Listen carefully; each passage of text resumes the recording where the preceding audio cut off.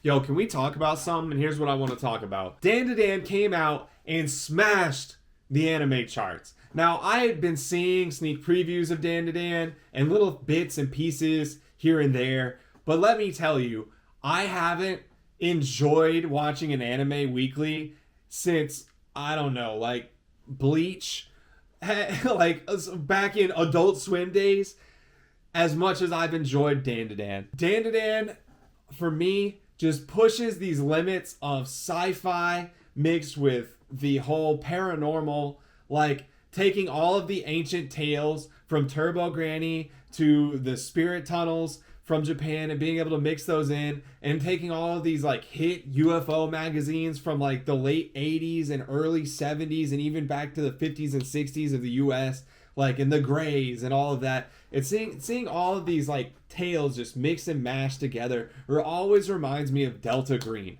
It seems like it's a RPG about just straight up sci-fi or paranormal or cryptids. And I mean, let's just talk about how I love the relationship between Momo and Okakuru-chan.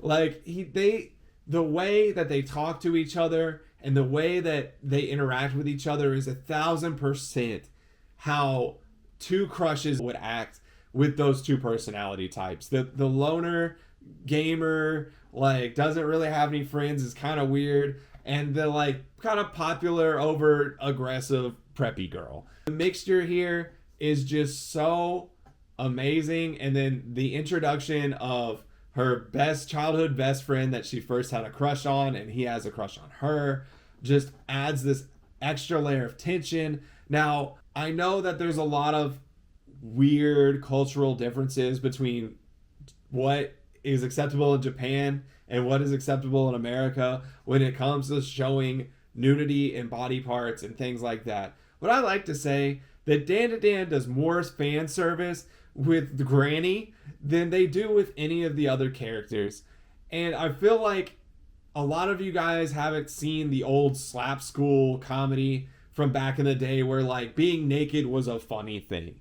Like, or being embarrassed of being naked in front of people was hilarious. Even back in the old school like 90s movies when that would happen, like one that comes to mind is Mousetrap, when all of his clothes accidentally like get unraveled by the machine in the warehouse. But there does come a point where you're like, how many times do I have to see Momo get put in precarious situations? But I guess that's just part of the danger and part of what is building on this series. Now, I do find that interesting, but the whole romance between each other. But I would like to note, and I wonder if any of you guys have noticed this as well, but it seems like every episode they have like a food scene, like a sitting down and eating scene.